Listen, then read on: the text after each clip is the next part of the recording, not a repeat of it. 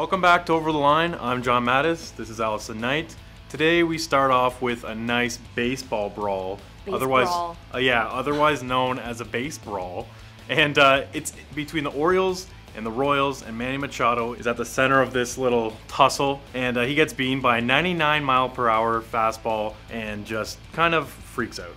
Yeah, well, I think he should have. He was obviously limping over towards him as he went to just punch him in the face. And then the two started wrestling. The teams obviously came out to back the guys.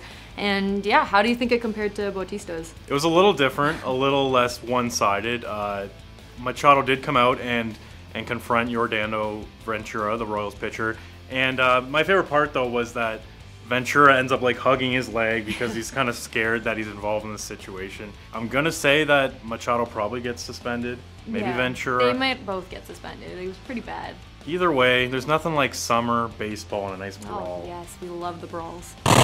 Next up, we go to the National Football League. It's the off-season, Allison. But there was some serious news the other day. Roger Goodell died. I know, it's just tragic. No, don't believe everything you read on the internet, John. No, he did not die. It was the NFL Twitter account that got hacked, and these hackers said Roger Goodell has passed away. He was 57, and all hell broke loose on the internet for a couple seconds, and then all was fine. Yeah, and someone also went into his Wikipedia page, changed his date of death and his cause of death, which was deflated lungs, obviously a reference to Deflategate, because no one can get enough of that story. Very clever, very clever. Oh yes, definitely. Yeah, and the best part, though, is that Roger Goodell had a good time with it. I mean, he could have kind of been stern and been serious about it, which I feel like Gary Bettman, if he was in his place, probably would have done. But anyways, Roger Goodell used his own personal account to poke fun at it. Hashtag harsh that he got killed by his own network. Yeah, he was just like, I was out golfing, guys, I'm fine.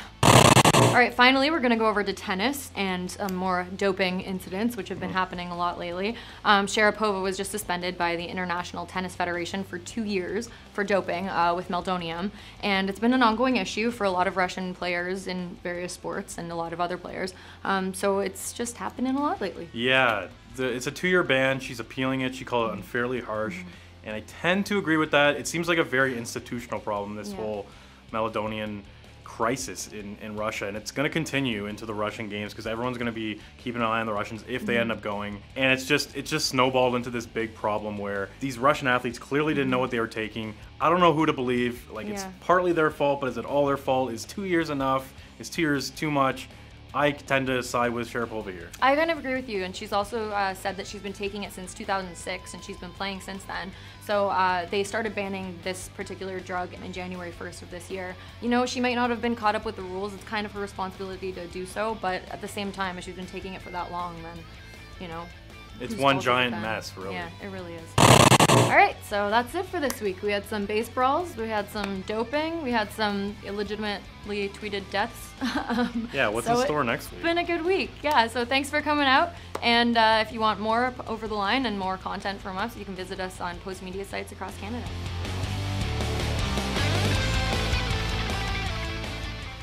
I mean, she didn't know it was her, Sorry. It was going so well.